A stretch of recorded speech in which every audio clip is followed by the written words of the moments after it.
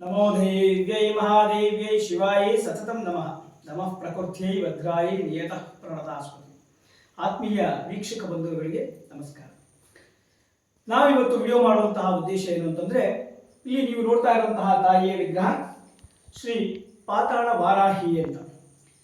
ಪಾತಾಳ ವಾರಾಹಿ ಅಂದ್ರೆ ಅರ್ಥ ಏನು ಅಂದ್ರೆ, ಈ ದೇವಿ ಶಕ್ತಿ ದೇವತೆ, ಮಾತೃಕಾ ದೇವತೆಗಳಲ್ಲಿ ಒಂದಾದಂತಹ ಪಂಚಮಿಯ ದೇವತೆಯಾಗಿರುವಂತಹ ವಾರಾಹಿ ದೇವತೆ.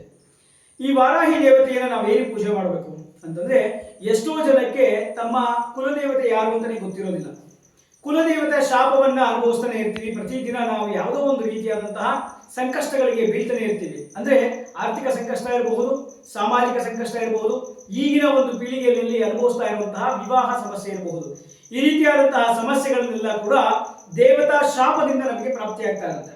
ಅಂದ್ರೆ ಹಿಂದಿನವರು ಮಾಡಿರುವಂತಹ ಒಂದು ಪೂಜೆ ಮಾಡ್ಕೊಂಡು ಬರ್ತಾ ಇರ್ತಾರೆ. ಹಿಂದಿನವರು ಗ್ರಾಮದಲ್ಲಿ ಹೋಗಿ ಅಂತ ಗ್ರಾಮ ದೇವತೆಯನ್ನು ನಾವು ಮರೆತಾಗ, ಕುಲದೇವತೆಯನ್ನು ಮರೆತಾಗ ನಮಗೆ ಕುಲದೇವತಾ ಶಾಪ ಪ್ರಾಪ್ತಿಯಾಗುತ್ತೆ.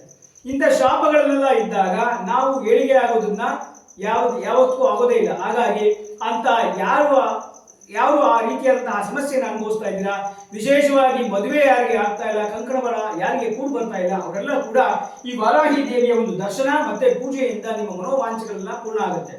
ಹೇಗಾಗುತ್ತೆ ಅಂತಂದ್ರೆ, ದೇವಿ ಸ್ತುತಿಪ್ರಿಯರು. ಮತ್ತೆ ಕೆಲವು ದೇವತೆಗಳು ಕೆಲವೊಂದು ವಸ್ತುವನ್ನ ಕೊಟ್ಟಾಗ ಅವರು ಸಂತೃಪ್ತಿಗೊಂಡು ನಮಗೆ ಈ ಲೋಕದಲ್ಲಿ ಏನು ಬೇಕೋ ಆ ಸುಖವನ್ನೆಲ್ಲ ಕೊಡುವಂತಹ ಶಕ್ತಿ ಆ ದೇವತಾ ಮೂರ್ತಿಗಳಿಗೆ ಇರುತ್ತೆ. ಹಾಗಾಗಿ ನಾವು ಈ ಒಂದು ಪಾತಾಳ ವಾರಾಹಿಯ ದರ್ಶನ ಮಾತ್ರದಿಂದಲೇ, ಮತ್ತು ಯಾರಿಗೆಲ್ಲ ಈ ಒಂದು ಕೋರ್ಟ್ ವ್ಯವಹಾರ ಇರುತ್ತೆ, ಕೆಲವರು ಕೋರ್ಟಿನ ಒಂದು ವ್ಯಾಜ್ಯದಲ್ಲಿ ಸಿಕ್ಕಾಕೊಂಡು ನರಳುತ್ತಾ ಇರ್ತೀವಿ. ಕೆಲವರು ನಮ್ಮವರೇ ನಮ್ಮ ಮೇಲೆ ಕೋರ್ಟಿನ ಕೇಸ್ ಹಾಕಿರ್ತಾರೆ, ಕೆಲವರು ಬೇರೆಯವರು ನಮ್ಮ ಮೇಲೆ ಕೇಸ್ ಹಾಕಿರ್ತಾರೆ.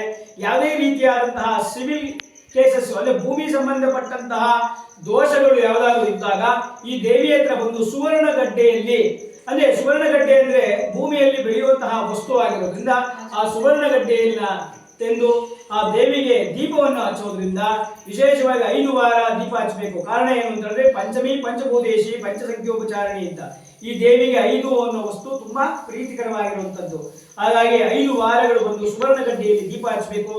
ಇನ್ನೊಂದೇನು ಅಂತಂದ್ರೆ, ಭಗವತಿಯ ಒಂದು ಪ್ರಾರ್ಥನೆಯಿಂದ ವಿವಾಹ ಆಗಬೇಕು ಅಂದವರು ತೆಂಗಿನಕಾಯಿನ ಒಂದು ಶುಷ್ಕ ನಾರಿಕೇಳ, ಅಂದ್ರೆ ಏನಕ್ಕೆ ನಾರಿಕೇಳ ತೆಂಗಿನಕಾಯಿನ ನಾವು ಏನಕ್ಕೆ ಕಟ್ಟಬೇಕು ಅಂತಂದಾಗ ಶಾಸ್ತ್ರ ಹೇಳುತ್ತೆ, ಇದಂ ಫಲಂ ಮಯಾ ದೇವ ಸ್ಥಾಪಿತಂ ಪುರತಸ್ತವ ತೇನಮೇ ಸಫಲಂ ವಾಪ್ತಿ ಜನ್ಮನಿ ಜನ್ಮನಿ ಅಂತ. ಅಂದ್ರೆ ಯಾವುದೋ ಜನ್ಮದಲ್ಲಿ ಮಾಡುವಂತಹ ಕರ್ಮಗಳನ್ನ ಈ ಜನ್ಮದಲ್ಲಿ ನಾವು ಒಂದು ದೇವತಾ ಮೂರ್ತಿಗೆ ಫಲವನ್ನು ಸಮರ್ಪಣೆ ಮಾಡೋದ್ರಿಂದ ನಮ್ಮ ದೋಷಗಳೆಲ್ಲ ಪರಿಹಾರ ಆಗುತ್ತೆ. ಹಾಗಾಗಿ 5 ವಾರಗಳು ಈ ದೇವಿಗೆ ಬಂದು